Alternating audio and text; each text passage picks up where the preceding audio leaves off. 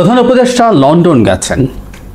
এটা সম্ভবত তার দশম বা একাদশ বিদেশ সফর। মানে 9-10 মাসের মধ্যে গড়ে প্রতি মাসে একবার করে তিনি বিদেশে যাচ্ছেন। এটা নিয়ে ফিসফাস কিছুটা হলেও এটা আস্তে আস্তে এখন বেশ জোরে সোরে প্রশ্ন ওঠা শুরু করেছে, তিনি এত বিদেশে কেন যাচ্ছেন। এবং শুধু সেটা নয়, এর মধ্যে একটা সম্ভবত শুধু দ্বিপক্ষীয় সফর ছিল, আর বাকি সবগুলো এক ধরনের বিভিন্ন অনুষ্ঠানে যোগদান করার জন্য তার যাওয়া, সেই সূত্রে কারো কারো সাথে যোগাযোগ বসা ইত্যাদি ইত্যাদি। ব্রিটেনে কেন তিনি যাচ্ছেন সেটাও খুব স্পষ্ট না, তবে এর মধ্যে একটা নিউজ আমাদের সামনে এসছে। তার জনাব তারেক রহমান বিএনপির ভারপ্রাপ্ত চেয়ারম্যানের সাথে বৈঠকের কথা আছে। আমি ব্যক্তিগতভাবে মনে করি বৈঠকটা যদি হয় এবং এটা যদি ফলপ্রসূ হয়, জাস্ট বৈঠকের জন্য বৈঠক এরকম না হয়, যদি ফলপ্রসূ কোনো বৈঠক হয় তাহলে আমি তার এই সফরটাকে আর যে কোনো সফরের চাইতে অনেক বেশি সফল এবং সার্থক সফর বা প্রয়োজনীয় সফর বলেও মানতে প্রস্তুত আছি। এখানে মোটামুটি জানানো হয়েছে লন্ডনে তিনি, আমরা আসবো জনাব তারেকের সাথে তার সফর নিয়ে, বৈঠক নিয়ে, কিন্তু মোটামুটি জানানো হয়েছে তিনি প্রিন্স চার্লসের কাছ থেকে একটা পুরস্কার নেবেন। তাছাড়াও খুবই সারপ্রাইজিং, বিবিসি বাংলা থেকে পড়ছি, এখানে কর্মসূচির তালিকায় কি আছে এরকম একটা সাবহেডিংয়ে বলা হচ্ছে, অধ্যাপক মোহাম্মদ ইউনূসের এই সফরের কর্মসূচিকে সরকারের সূত্রগুলো কনফিডেন্সিয়াল উল্লেখ করেছে, বিস্তারিত জানাতে রাজি হয়নি। উনি কনফিডেন্সিয়াল সফরে যাচ্ছেন, তারা কোনো ধারণা পায়নি যারা সফরে যাচ্ছেন এমন অনেকেই। তবে এই সফর এবারে বেশি গুরুত্ব পাচ্ছে রাজার কাছ থেকে প্রধান উপদেষ্টার হারমোনি অ্যাওয়ার্ড গ্রহণের বিষয়টি। চার্লসের সাথে দেখা করবেন, অ্যাওয়ার্ড নেবেন, এছাড়া আসলে তেমন কিছু বলা হয় না। এছাড়া তিনি প্রাইভেট অডিয়েন্স কিংস চার্লসের সাথে একান্ত বৈঠক করবেন এবং যুক্তরাজ্যের শীর্ষ সরকারি কর্মকর্তাদের সাথেও বৈঠক করবেন ইত্যাদি ইত্যাদি। মানে খুব গুরুত্বপূর্ণ কোনো কিছু। কিয়ার স্টারমার মানে ব্রিটিশ প্রাইম মিনিস্টারের সাথেও এটা মোটামুটি নিশ্চিত হয়েছে। মানে পুরস্কার নেওয়াটা প্রধান, কিন্তু কনফিডেন্সিয়াল। আমি আসলে জানি না, কোনো পত্রিকায় বলা হয়েছে তিনি বাংলাদেশের পাচারকৃত সম্পদের ব্যাপারে আলাপ করতে চান বা এসব করবেন। আমাদের খুব অবাক লেগেছে। ডক্টর ইউনূসের প্রচুর চ্যানেলস আছে, প্রচুর যোগাযোগ আছে, দ্যাটস ফর শিওর, কিন্তু এই চ্যানেলগুলো অ্যাক্টিভেট করার জন্য বাংলাদেশের এই যে বিভিন্ন পাচার করা হয়েছে সেই সম্পদ, আমরা দেখেছি কিছুদিন আগে সালমান এফ রহমানের পুত্রের ফ্ল্যাট বাজেয়াপ্ত করা হয়েছে, এরকম যেসব স্টেপসের প্রয়োজন সেগুলো তার একটা ফোন কলই যথেষ্ট। তাকে যে গিয়ে এই পাচারকৃত সম্পদ উদ্ধারের চেষ্টা করতে হবে কেন, সেটা গুরুত্বপূর্ণ প্রশ্ন। এবং দিনের শেষে এটা দাঁড়ালো তিনি একটা অ্যাওয়ার্ড নিতে যাচ্ছেন এবং রাষ্ট্রীয় খরচে, আগে প্রফেসর ইউনূস যেভাবে যেতেন সেটা তার ব্যক্তিগত সফর ছিল, নিজের খরচে অথবা আয়োজকদের খরচে তিনি যেতেন। তিনি এখন যখন রাষ্ট্রের খরচে সফরগুলো করেন, তাকে আসলে এই জিনিসগুলো কি কারণে হয়েছে, রেজাল্ট কি হয়েছে, এই জিনিসগুলো জনগণের সামনে জেনুইনলি উপস্থাপন করতে হবে। জাপানে গেলেন কয়দিন আগে, খুব সিগনিফিক্যান্ট কিছু ছিল কি? আমার কাছে মনে হয়নি। যাই হোক, এই প্রশ্নগুলো সরিয়ে রেখে এখন প্রধান জায়গাটায় আসি। আমি বরং মনে করি এবার লন্ডনে তিনি যে যাচ্ছেন, ইনফ্যাক্ট এটা এমন না যে তিনি এটাকেই সবচেয়ে গুরুত্ব দিয়েছিলেন, সেটা নয়, বরং এটা জানা যাচ্ছে, বিবিসি বাংলার এই রিপোর্টই আছে বা অনেক জায়গায় এই রিপোর্টটা এসছে, বিএনপির পক্ষ থেকে সূত্রগুলো জানিয়েছে যে প্রধান উপদেষ্টা নিজে জনাব তারেক রহমানের সাথে বৈঠক করতে চেয়েছেন। আচ্ছা, এখানে খুব জরুরি কয়েকটা ব্যাপার আছে, যে এই বৈঠকটা জেনুইনলি সরকার বা প্রধান উপদেষ্টা চাইছেন কিনা, বিএনপি এবং আরো স্পেসিফিকলি যদি বলি বিএনপি যিনি এখন ডিফ্যাক্টো লিডার জনাব তারেক রহমানের সাথে তার দূরত্ব কমিয়ে আনতে তিনি চান কিনা। দূরত্ব একটা তৈরি হয়েছে ফর শিওর। বিএনপির সাথে সাম্প্রতিক সময়ে প্রধান উপদেষ্টার পক্ষ থেকে, সরকার তো বটেই, সরকার নানা সময় এটা করেছে এবং সর্বশেষ জাপানে তিনি যেভাবে একটি মাত্র দল ডিসেম্বরে নির্বাচন চায় না, তারা সংস্কার বাদ দিয়ে, দুটোই ভুল কথা, বিএনপি সংস্কার চায়, খুব কোর কিছু কনস্টিটিউশনাল রিফর্মের বাইরে সব সংস্কার তারা মেনে নিয়েছে। আর শুধু একটি দল না, বরং একটা মাত্র দল, যেটা প্রধান উপদেষ্টার দল বলেই অনেকে মনে করে, এনসিপি ডিসেম্বরে নির্বাচন চায় না, বাকি সবাই চায় অথবা আপত্তি নেই এই অবস্থা আছে। সো বিএনপিকেও তিনি আক্রমণ করেছেন। তাতে বোঝা যায় এতদিন ধরে বিভিন্ন উপদেষ্টা বিএনপিকে ইঙ্গিত করে কিংবা সরাসরি যে ধরনের মন্তব্য করেছেন, আচরণ করেছেন, সেগুলোতে তার সায় আছে, সেগুলো তার অংশগ্রহণও বলা যেতে পারে। কারণ বিএনপির সাথে যখন বৈঠক করলেন তখন আসিফ মাহমুদ সজীব ভুঁইয়াকে রাখা নিয়ে অনেক আলাপ আমাদের মধ্যে হয়েছে, জনাব মোহাম্মদ ইশরাককে মেয়র না দেয়া, এগুলো সবগুলো সরকারের সর্বোচ্চ পর্যায়ের সিদ্ধান্ত। যাই হোক, এই যখন পরিস্থিতি, তখন আমি আশা করব যে বৈঠকটা হবে। এখনো শতভাগ নিশ্চয়তা দেওয়া হয়নি, কিন্তু বৈঠকটার কয়েকটা শর্ত আছে বলে আমার মনে হয়।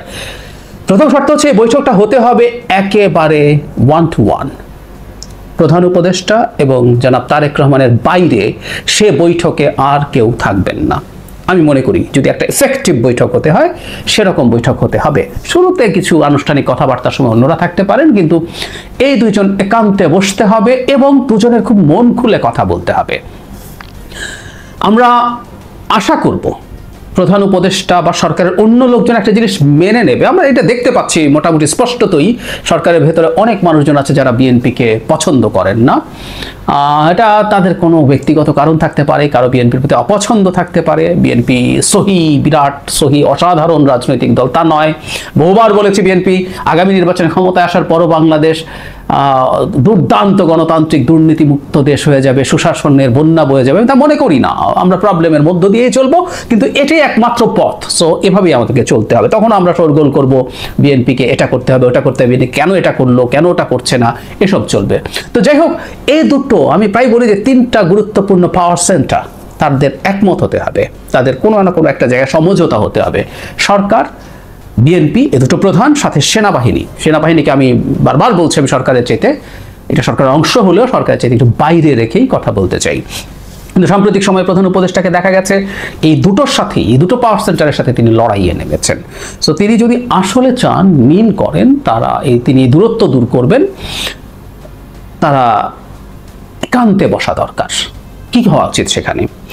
আমি ধারণা করি প্রধান উপদেষ্টা যে এপ্রিলের নির্বাচনের যে রোডম্যাপের কথা বলছেন, সেটার পেছনে যে যুক্তি তিনি আছে বলে মনে করেন, সেটা সবার কাছে না হোক, তিনি জনাব তারেক রহমানের কাছে ব্যাখ্যা করতে চাইবেন। তারেক রহমানও নিশ্চয়ই তার যুক্তি তাকে দেবেন, কেন তিনি মনে করেন এপ্রিলের নির্বাচনটা সঠিক না, তারা ডিসেম্বরে নির্বাচন চান, বা দুজন আলোচনার মাধ্যমে মাঝামাঝি একটা জায়গায় জানুয়ারির শেষে বা ফেব্রুয়ারির প্রথমে সেটা করা যায় কিনা, সেটাও বেরিয়ে আসতে পারে।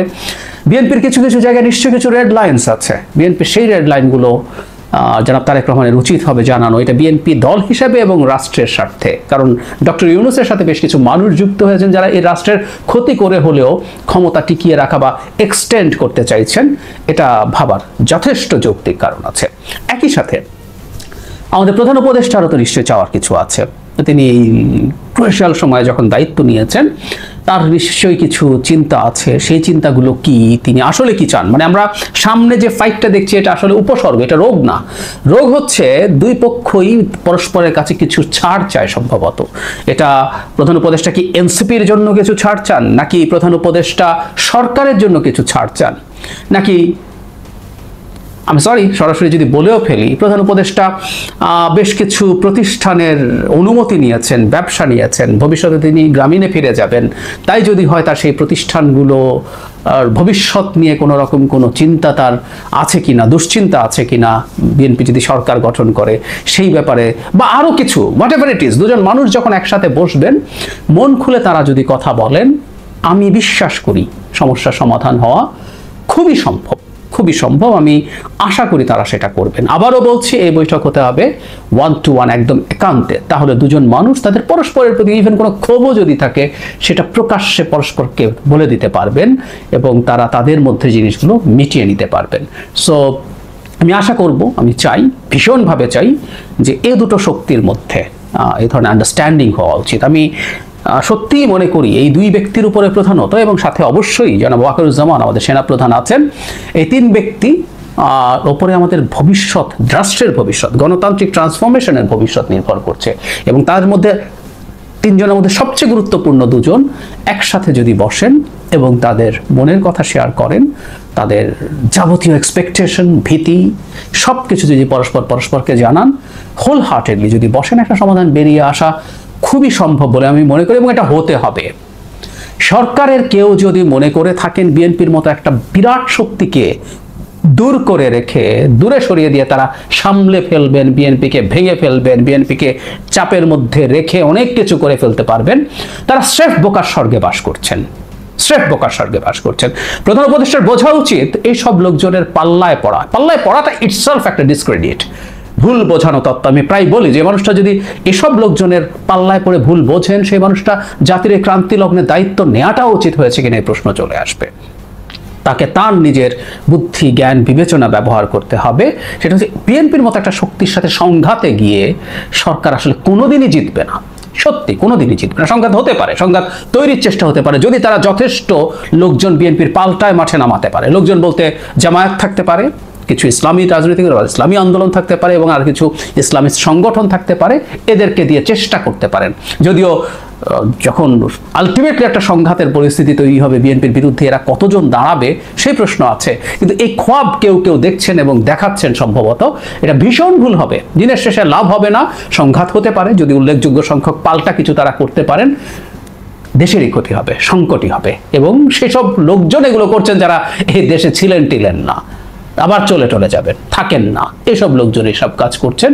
সুতরাং আমাদের এই দেশে, এই পচা দেশ, তাদের কাছে তো এটা পচা দেশ, ওনারা থাকেন না, এই পচা দেশে আমরাই থাকি, আমরাই থাকবো। সো আমরা চাই না আমাদের কোনো শক্তির সাথে আরেক শক্তির কোনো সংঘাত তৈরি হোক। এবং ডক্টর ইউনূসের জন্য সবচেয়ে বড় স্টেক হচ্ছে তার অর্জিত যে সম্মান। এই মানুষটাকে মানুষ সম্মান করে এবং তার উপর আস্থা রাখে। আমাদের সংকটময় সময়, তীব্র সংকটময় সময় তিনি দায়িত্ব নিয়েছেন, আমাদের ঝড়ঝাপটা থেকে বাঁচিয়েছেন। তিনি বাকি সময়টা কোনো রকম কোনো ভ্রান্তির পাল্লায় তিনি পড়বেন না, কারো কোনো ভুল পরামর্শে তিনি ঢুকবেন না। তার যে অসাধারণ সুযোগ এসছে, আমরা পত্রিকায় যেভাবে দেখলাম যে তার দিক থেকে এটা চাওয়া হয়েছে, এটা অসাধারণ সুন্দর ব্যাপার। জনাব তারেক রহমানের সাথে তিনি বসে, উনি তার ফাদার ফিগারের মতো একজন মানুষ।